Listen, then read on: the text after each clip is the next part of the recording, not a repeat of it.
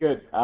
Thank you very much for giving us the opportunity to come and talk to you about the exciting Office 365 solution offering from Microsoft. And I'm also, I have the pleasure and honor of Gary Denoise, who's the Principal Office Technical Specialist at Microsoft, to be part of this presentation or an online webinar that we're doing.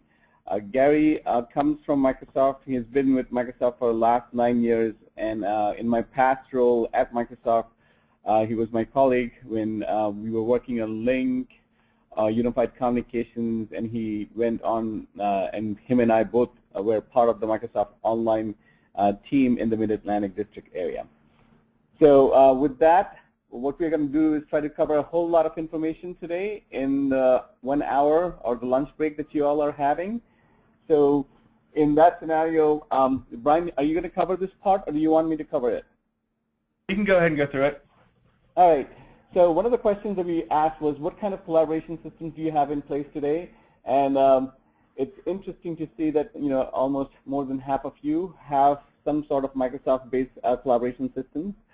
There is a 12% of you who are on Google, and we would love to have chat with you on around Office 365 in that space, or especially my friend over from Microsoft would love to have that discussion with you. And also on the IBM side of the house, you know, 12% of you also are using IBM. So, you know, we would be glad to have discussions on your current notes infrastructure that you may be on, and possibly if you all are looking at Office 365 as one of the options, and we have seen this with a lot of our customers who want to explore it further. The second question that we had asked was, what web conferencing are you using today? And this is a pretty interesting mix, because it looks like an even split almost about 20% or so. So between Cisco, Citrix, and Microsoft being the other 16%, that's how the majority of the folks are using web conferencing. So, you know, as I've been working on this Microsoft cloud space for a while now, specifically talking to a lot of customers of ours in the Mid-Atlantic space or across the U.S., a lot of our customers are facing challenges where they really want remote connectivity. And what it really means is whether it's an account executive who's often at off-site, or if it's a you know, line of business executive who's basically has a lot of customer-facing time, he or she needs instant information at their machine, or basically at the end of the day, what they're asking for is anywhere access from any device. So be it a mobile device, be it a tablet or a PC, they would like to connect to their information network a lot more effectively. As you look at it, another part of it, this is not, we all work in teams. None of us are working individually. Especially when you're working in an enterprise, you have to work across team, not only within your organization. At times you have to work with partners. So cross-team collaboration or working together is a mandate.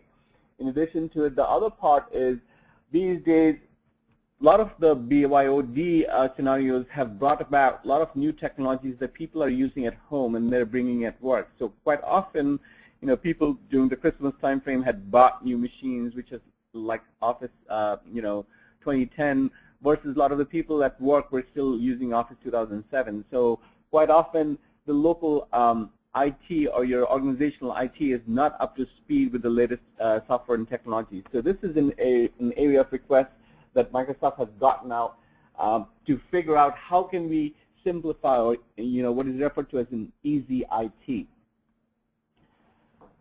Besides that, obviously, as over the last few years, the economic situation has been interesting, and a lot of the IT organizations are challenged to keep the cost down. And in that space, you know, tracking the licensing or the networking cost is of essence for any IT organization.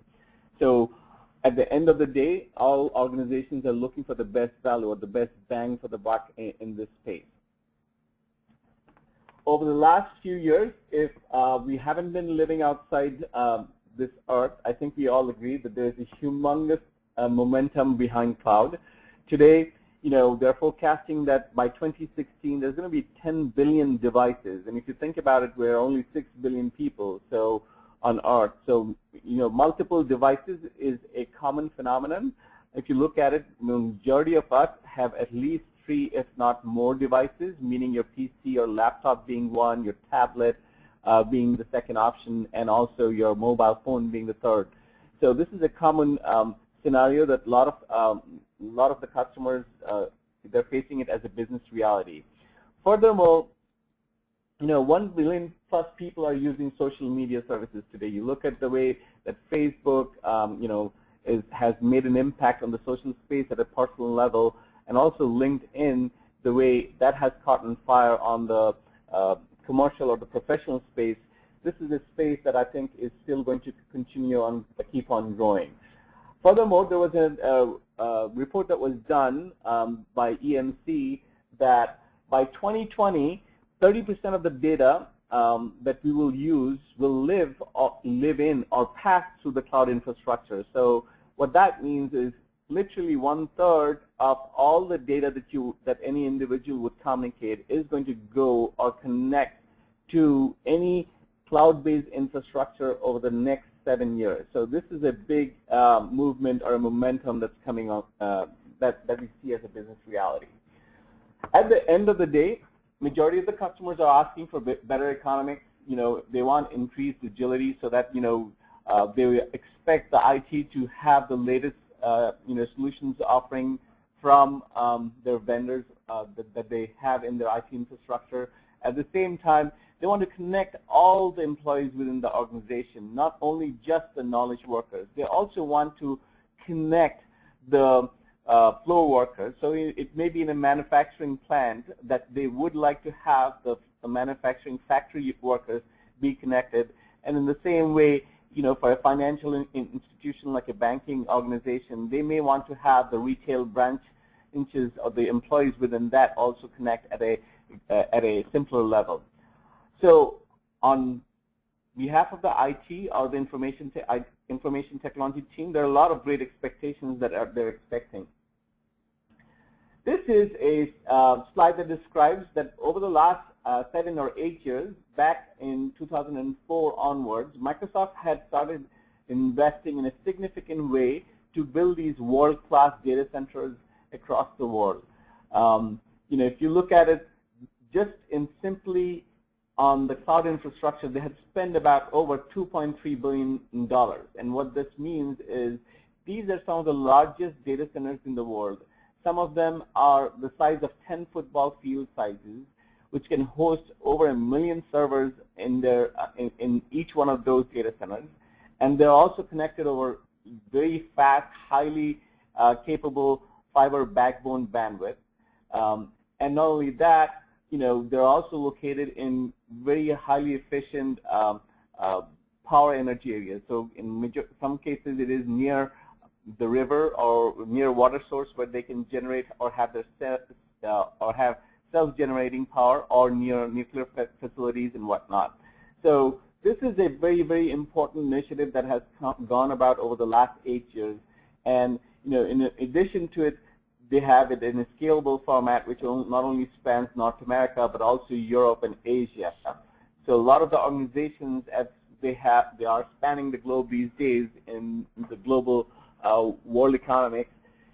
They basically they have a requirement to have different resources or different users that need to be supported in Asia or Africa or Europe or different locations.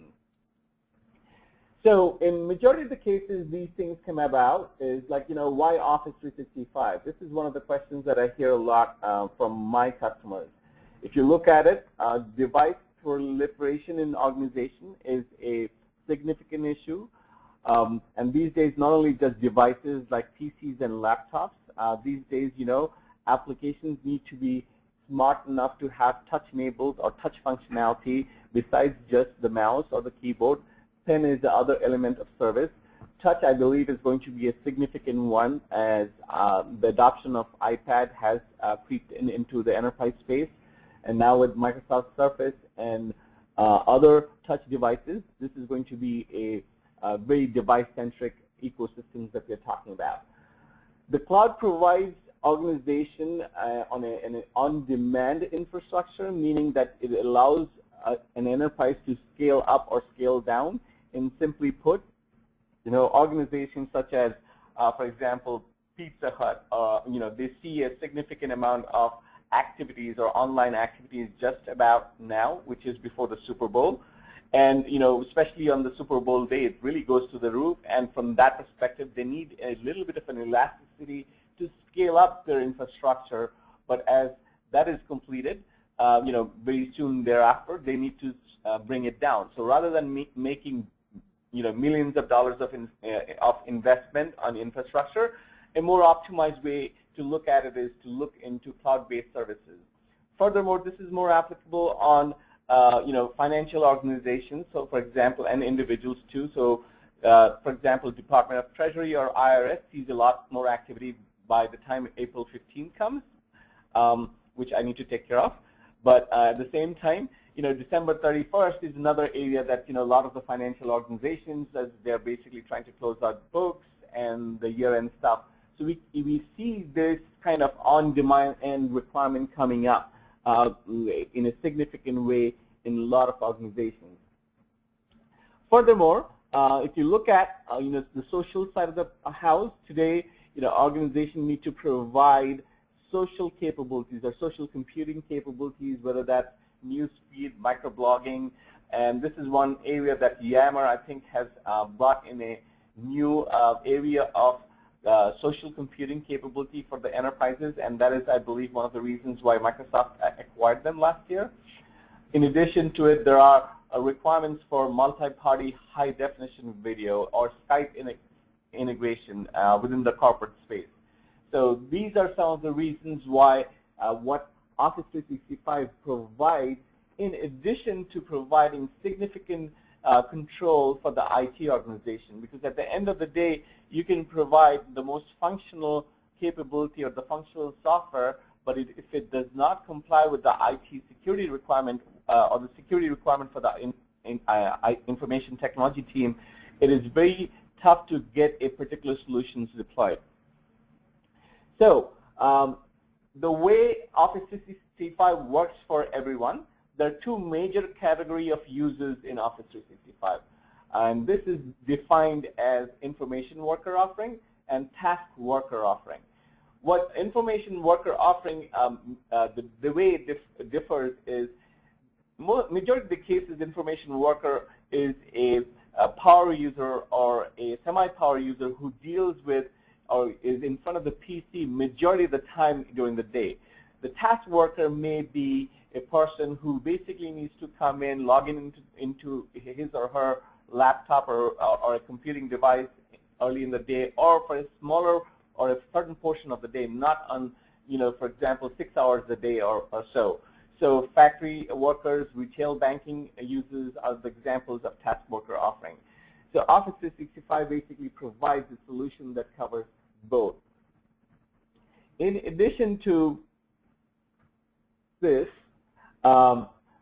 these days it is of major essence that we have to provide the best experience on all devices, and not only just the PC or the laptop, but also on the tablet and also on the mobile devices. And this means not only just your text or graphics-based messaging, you also need to provide voice and video.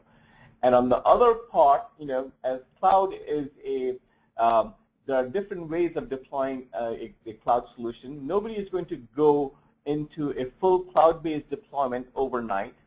It is a business reality that things should be in a hybrid mode, which means that any particular solution needs to provide a coexistence strategy for their on-premises systems to connect with the online system. And this is what is referred to as a hybrid solution.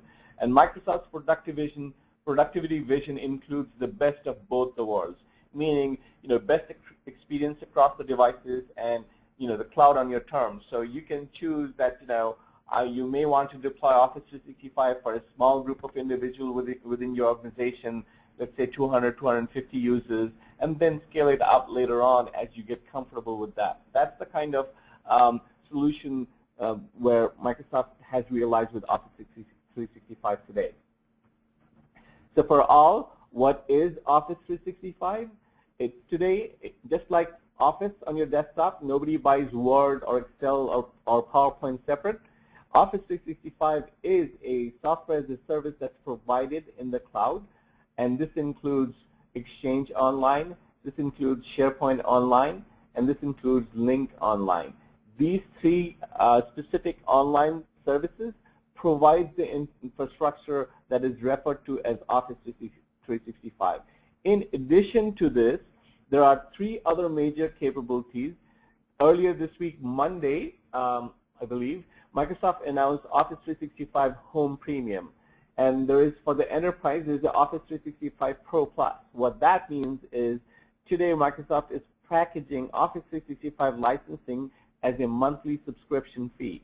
And this is a huge, huge important element of service for a lot of organizations who have seasonal workers, and rather than paying for the entire year or paying for a software that they only use maybe partially for 3 months, this provides a better or more optimized infrastructure or cost basis for a lot of organizations.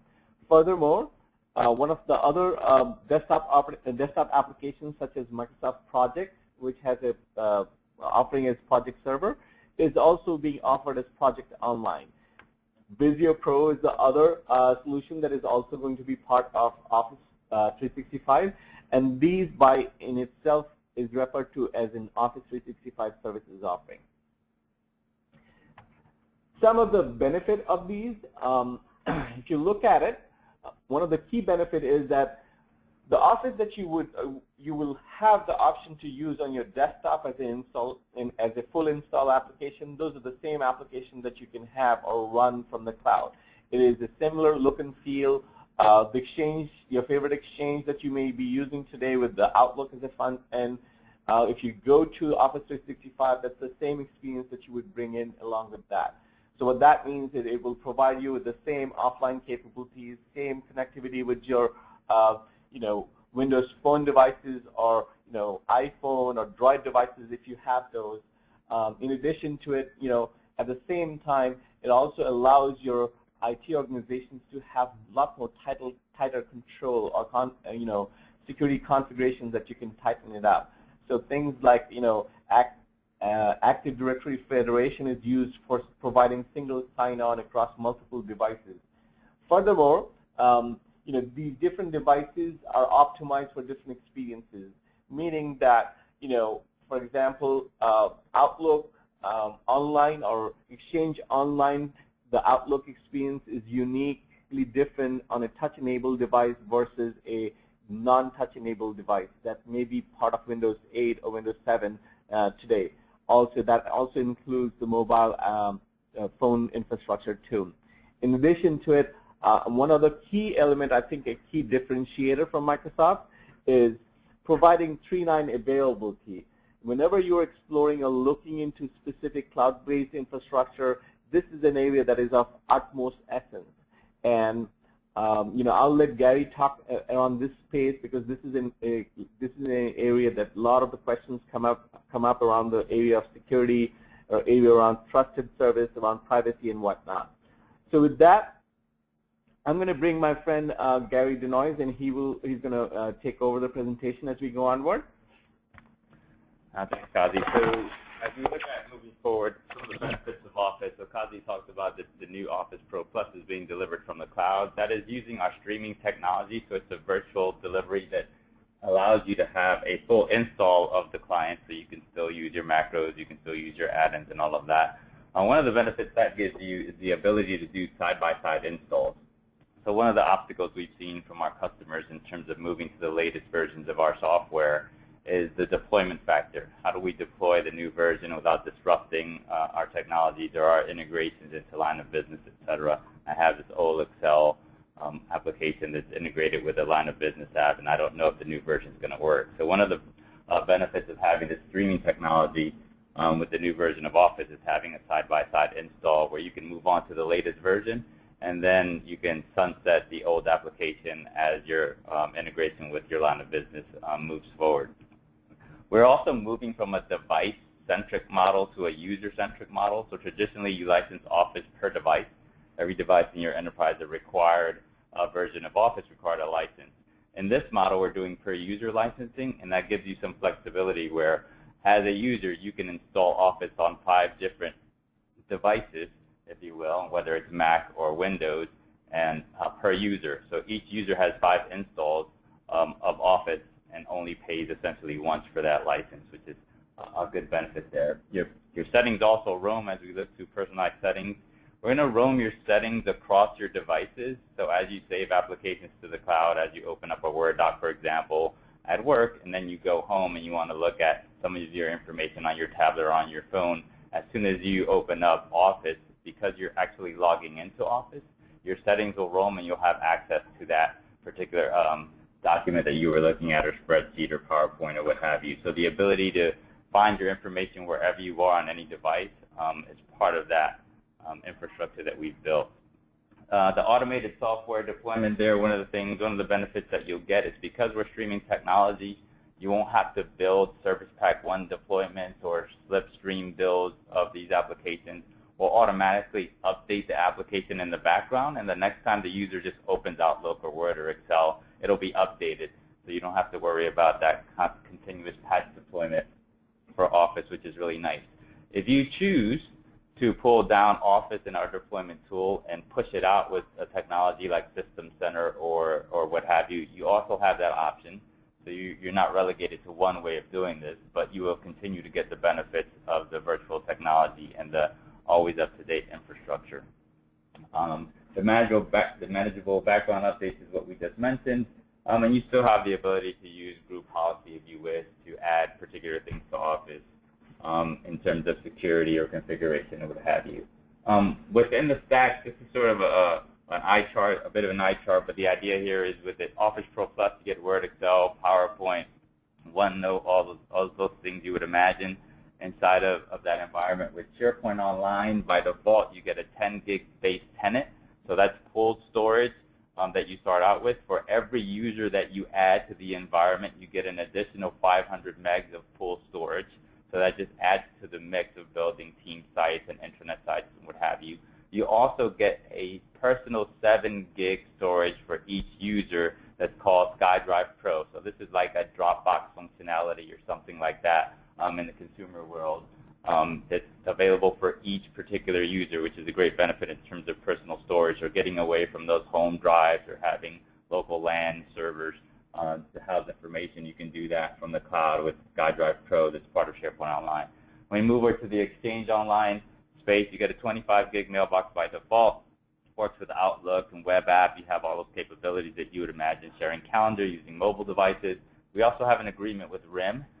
They provide a free BlackBerry service for folks that need BlackBerry integration. That's also available at no cost.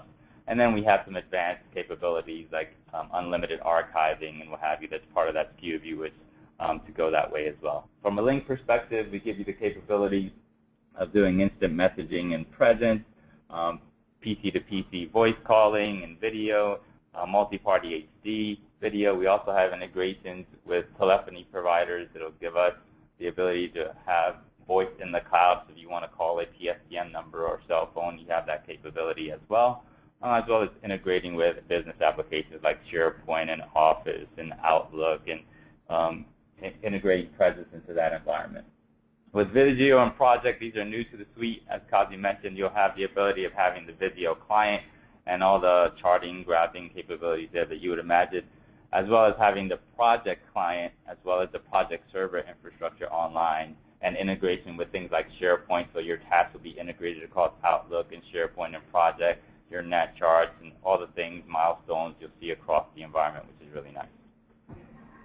From a system requirement perspective, these are published out on the web, so if you go to Office365.com, you can see these. This is just a quick look. So we'll support, as of today, XP, Windows 7, and 8. XP, as you guys know, is going out of support April of 2014. So for the cloud, the support for that will end January 2014, so a year from now. Office 2007 and newer is supported from a client perspective, and from a browser perspective, Internet Explorer 8, Safari, Chrome, Firefox, the latest versions of those browsers are supported with full capabilities integrating with the cloud. This is just a quick example of some of the benefits that we've added in terms of the new UI.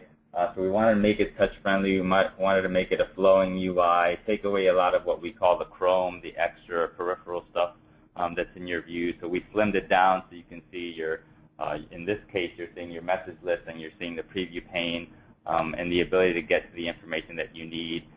This is showing the touch optimized mode. So along the right-hand side, you see some action items there: delete a message, move it to a folder, mark it as a task, etc. And the reason it's on the side is if you're holding a tablet in this scenario, you want it to be where your thumbs are, because that's the place where you would navigate the information.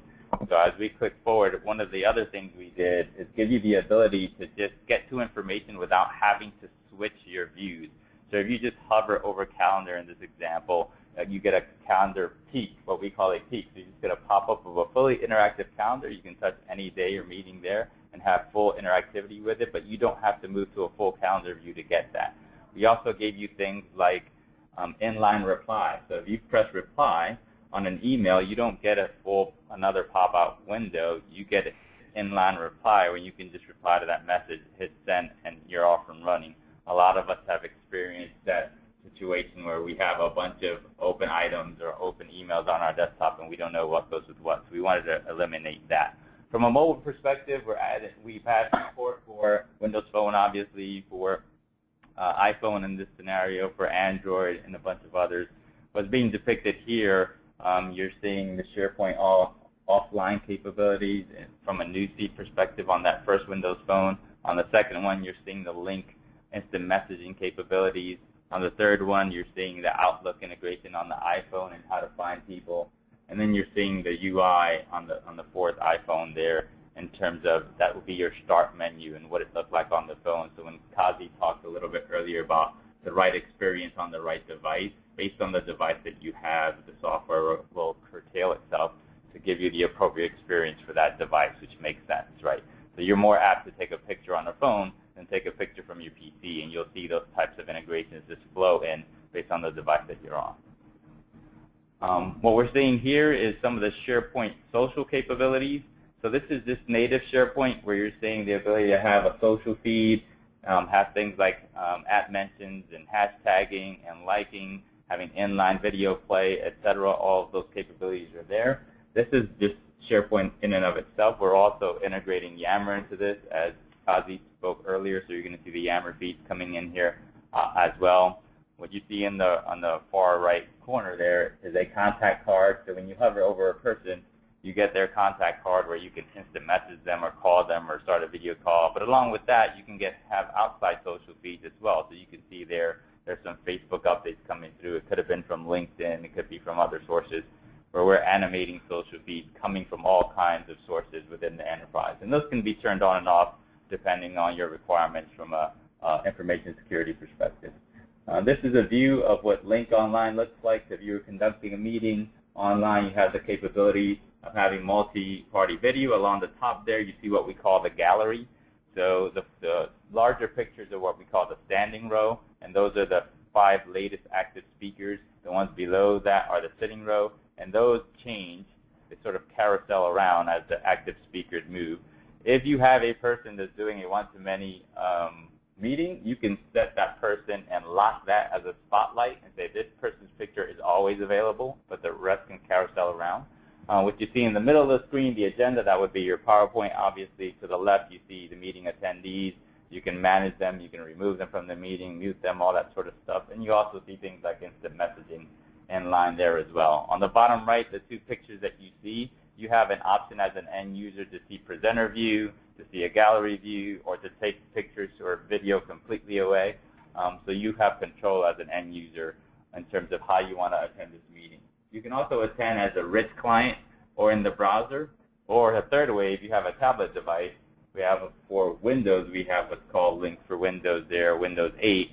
You can attend from a tablet perspective and have an experience that's specific to the tablet. So you can see here the new modern UI looks a bit different. You have larger pictures. You can see presence within the pictures. You have the multi-party video and all of that. But it's appropriate to the tablet device as opposed to the PC or Mac. From a compliance perspective, we've added some great integration across eDiscovery, for example. So in this scenario, you can search across your environment for a particular user or for documents that contain particular types of information.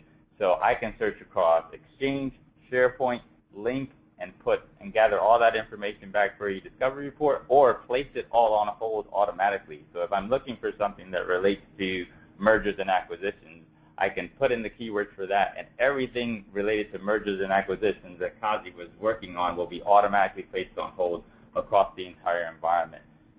Now, Gary, this is a new functionality as it relates to all three platforms, right? In the past, it used to be only available for Exchange, but now in Office 365, you can actually do the searches across Exchange, SharePoint, and also Lync. That's right. Before, you had to do everything individually in that specific workload. You had to search inside of SharePoint for SharePoint information, Exchange for Exchange information, Lync in the Lync archive, etc. Now we've integrated the platform, so you have one place to build your discovery record set, and then search across the environment. And then one of the cool things we added, if you look at the query box, we have things like proximity search. So you can construct a search that references if the word Kazi is 30 spaces away from the word acquisition, return that search and place all of that on hold. So these things, as you guys know, gets really complex. Your legal folks would be much more versed on how to do those super complex searches, but you have the capability. And you can preview information along the bottom there. You see the results that's coming back. You can filter it down and say just email, just contact, just instant messages. And then actually you live preview the information as you click on it. The document or the email will render right in front of you, and you can narrow down results and do all that before you export it and present it to counsel. So that's really neat. In terms of our cadence of innovation, most folks know that Microsoft was sort of always on a 3-year release cycle. Off Exchange 2007, Exchange 2010, now Exchange 2013. That cadence will be changing to more of a yearly motion. Within the service, we offer updates, smaller updates on a quarterly basis. So maybe change in your mailbox size. It used to be 5 gig and moved to 25 gig. That was a small change, so that would be a quarterly update. Adding pictures inside of Outlook, that was a small change, so that would fall into the quarterly update window. And then the larger updates would be one like now, where we're moving from an older version of the server platform to a new version of the server platform. And those updates are done in our data center and typically have no end-user impact. So as we're moving now from the 2010 wave to 2013, we're going to uplift the back end, and end users will not have to change anything on their side. From a trust perspective, one of the big differentiators for us, and questions we get all the time, are around privacy, security, transparency, etc. So we take this really seriously. Privacy is important to us. We don't mine data at all within the service, so anything that comes in the service, we're not mining it from information. We're not running analytics against it to show you advertisements or anything like that. We are just, your data is your data, and it's wholly owned by you and controlled by you. From a transparency perspective, we publish out everything that we're doing. From a security perspective, if you go to Office 365 WAC Trust Center, everything is published out there, so you can pull down the documentation, see exactly what we're doing.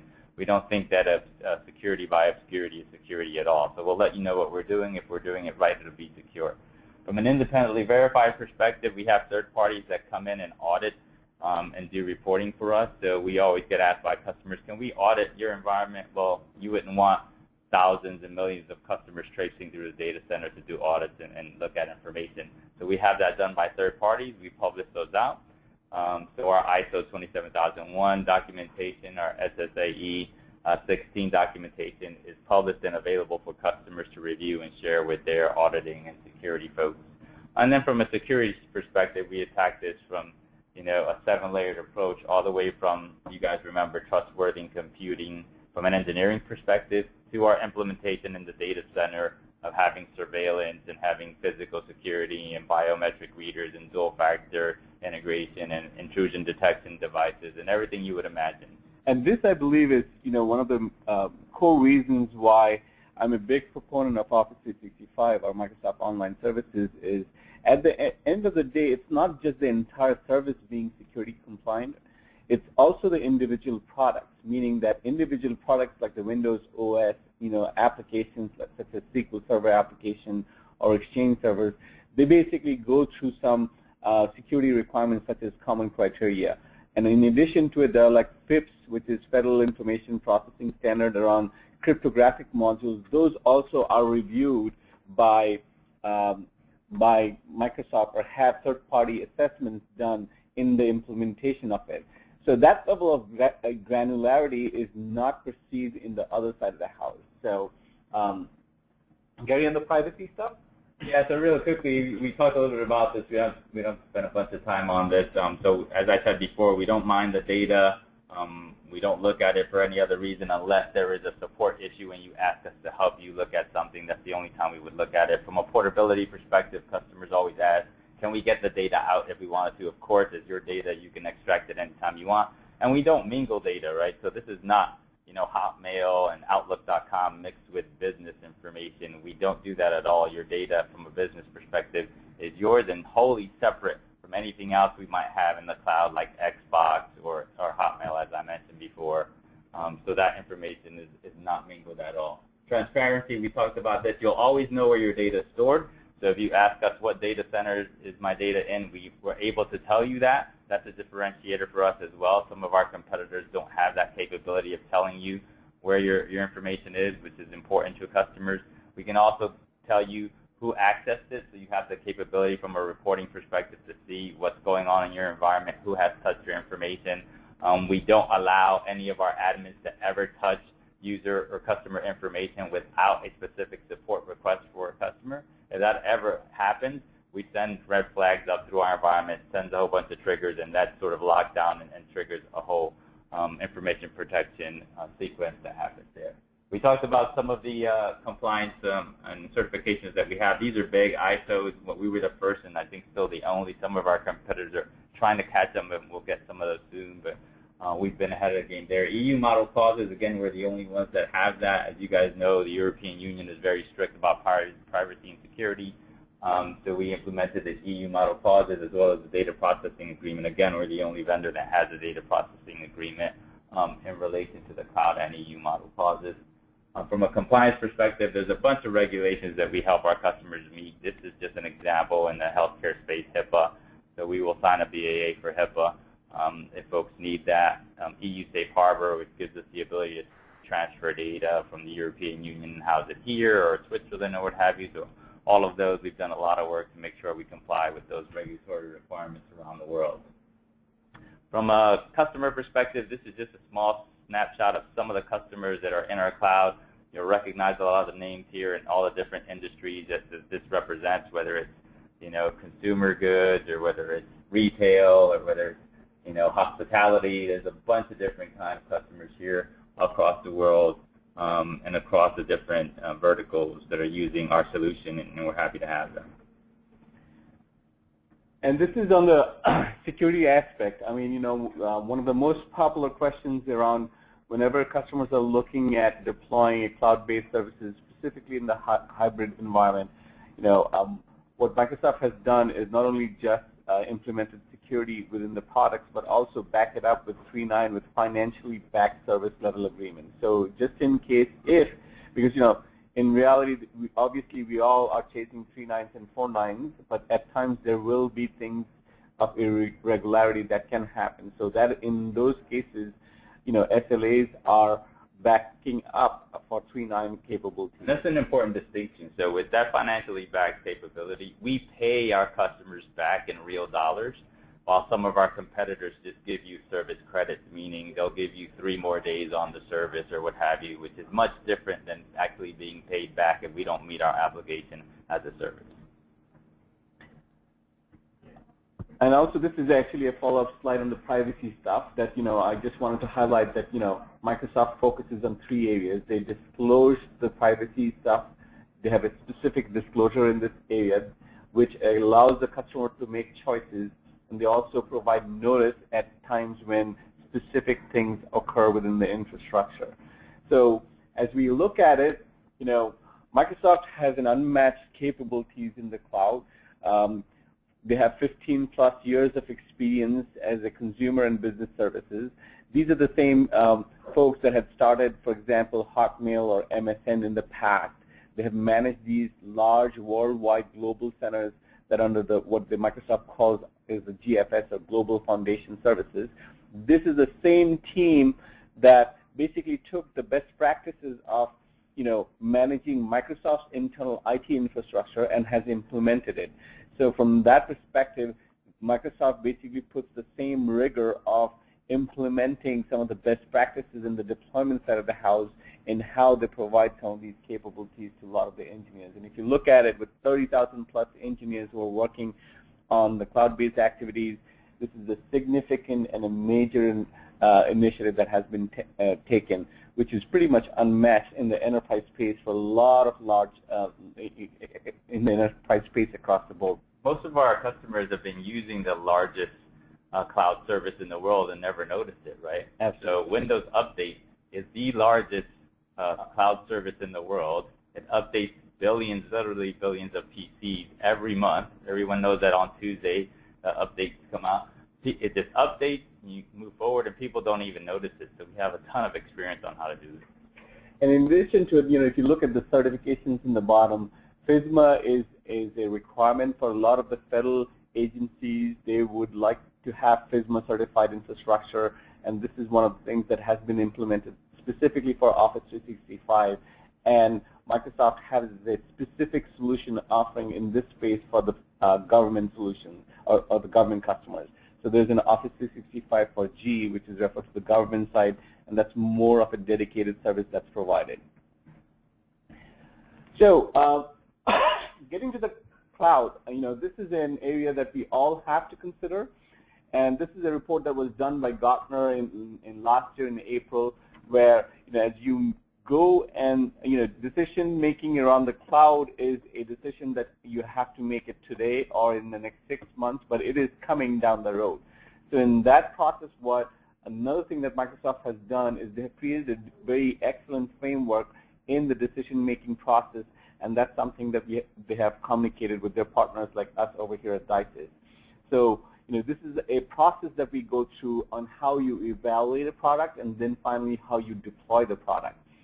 And this is all built around the Microsoft Office 365 cloud principles.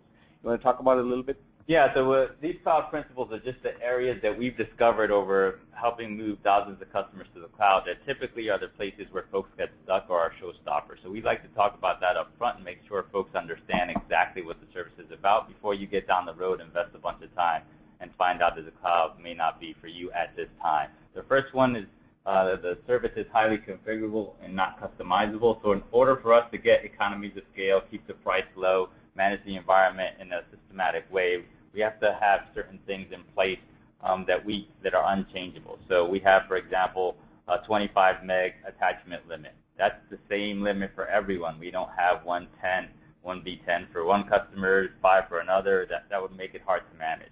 We run the service under our security policy. So we try to be as broad in terms of our implementation of regulations across the world. You saw some of those. So for example, there's a ton of regulations that say if you're on a web conferencing meeting, you have to notify the users that this meeting may be recorded. So we have that control in place, and we say to our customers, if you need that control, here's how we'll implement it for you. You don't have to have every regulation certified for the environment to work. And as you saw, all the customers that we have in the cloud, that's sort of the best way and the broadest way to approach it. Transparency, again, we tell you where your information is, so you always know where that is. The auditing part, we mentioned again that we have third parties that audit, and we provide those reports to you, so we don't have the customers walking through the data centers. From an auditing perspective, you can tour the data center, but from an auditing perspective, we don't do that. Liability is capped, so a year's worth of service is where the liability is. If you have sort of a rogue user that tries to do something, that's slightly different, but from a general perspective, liability is capped to 1 year's service. It's an evergreen service, so it's always up to date. You always have the latest and greatest software available to you in the service. The responsibility for the customer here is to make sure that the desktop is on the latest version. And we've tried to help our customers from that perspective with this new virtualized Office as an example. So when we update Office to, let's say, Office 2014, you'll have the latest and greatest without having to go through a huge deployment project. So we're trying to help our customers there as well from the cloud and not just leave them on their own to update desktops. The roadmap, you have to be comfortable with our roadmap, so we communicate that. Again, this is a differentiator for us. Being an enterprise company for so many years, we know it's important for customers to know what's coming and plan for that, so we communicate that. And then, as Kazi said, how to get to the cloud. So leveraging our partners with expertise in this area, we give them a tried and true way to get customers to the cloud. All right. So we're going to wrap up very quick. At the end of the day, why Microsoft Office 365? I believe that, when it comes down to productivity experience, there is no other platform that is, better at it than Office 365. Specifically, the new offering is really has done an excellent job as far as user experience goes. In addition to it, I believe that, Microsoft Office 365 gives the customers the choice and the flexibility in deployment. So whether you want to go all in or whether you want to have a hybrid environment or have an on-premise environment, it is a choice that you make, and it's the choice that you live with. So that's a major issue. Furthermore, as we mentioned earlier, or stress the security feature capabilities, that is of essence, meaning that it works with the way your IT team works with security today. And in addition to it, it is also compliant with a lot of the regulatory compliance, and it allows you to leverage some of the existing investment that you've already made in your user training and whatnot. So you don't have to teach your users to, go through a simple business process or a simple scenario such as, doing a presentation in a certain ways or even a web conference or web meeting. There are a lot of deployment investment that are also being made, meaning that, as a Microsoft customer, all Microsoft customers who has enterprise agreement, there are some flexibility in how a particular deployment planning can be done. So if you have an enterprise agreement, please do contact us. We can help you in figuring out this puzzle where some of the deployment planning services can be done at a no charge event, because that is part of the enterprise agreement that you already have paid for, and we can help you go through that particular scenario. So from our perspective, we have tried to cram in literally like a 3-hour presentation into 45, 50 minutes. And if there's further interest, please let us know. And want to answer questions. Yes. And before we answer the questions, one of the key things that we want to do is we can help you with your pilot or deployment through deployment planning services. We can take you from a full assessment to statement of the work. And we plan to have a DISYS Cloud event in June, so stay in tune for that one. And next month, we also are going to do a new webinar on Windows Intune. So with that, what we want to do is go and take some of the questions that are popping up.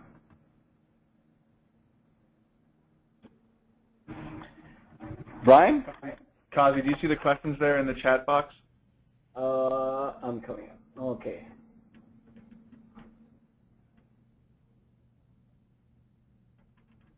Okay, question. How does the cloud handle government and court subpoenas?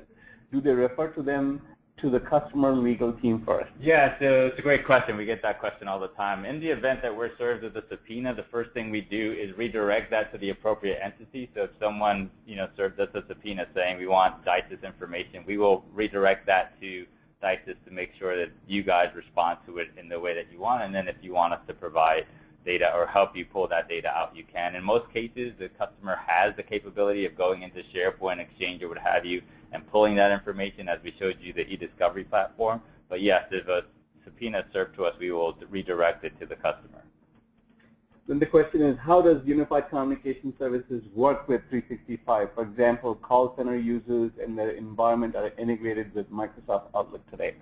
So that's a good question. Part of that is the hybrid approach that we mentioned. So if you need to do integration with a call center, as an example, you would leave Lync on-premise for that scenario, which has full telephony integration and call center capabilities and integration. And then SharePoint and Exchange would remain in the cloud, and it would work the same way as if all three were in the cloud. So that's one of the benefits that we have from a hybrid perspective. Yeah, and also another thing is, depending upon what call center software that you are using today, there may be future paths towards having an integrated environment with the hybrid solution too, in a deeper level. What about Office training, beginner, intermediate, advanced? There's a couple options there. We've published some Office training and Office 365 specific training on the web, so documented and videos, short videos where people can sort of get started. There's also obviously the ability to leverage partners for training that can walk you through from an end user perspective how to use it. The best thing here, however, is Office is Office. It's familiar. There really should be nothing different for you unless you're moving from one version to another, and you would do your normal version change training. If Office 365 looks different to you, then we've done something wrong. The idea here is for us to just run your back end, but from a client perspective, it should not feel any different to them at all. So if they're using Outlook, Outlook will still work the same. If they're using Word, Word will still work the same. So from that perspective, the end user shouldn't require much training. We do have admin training and things like that we provide. And as I said, we do provide end user training if you're brand new to the platform, like coming from Notes or Google or somewhere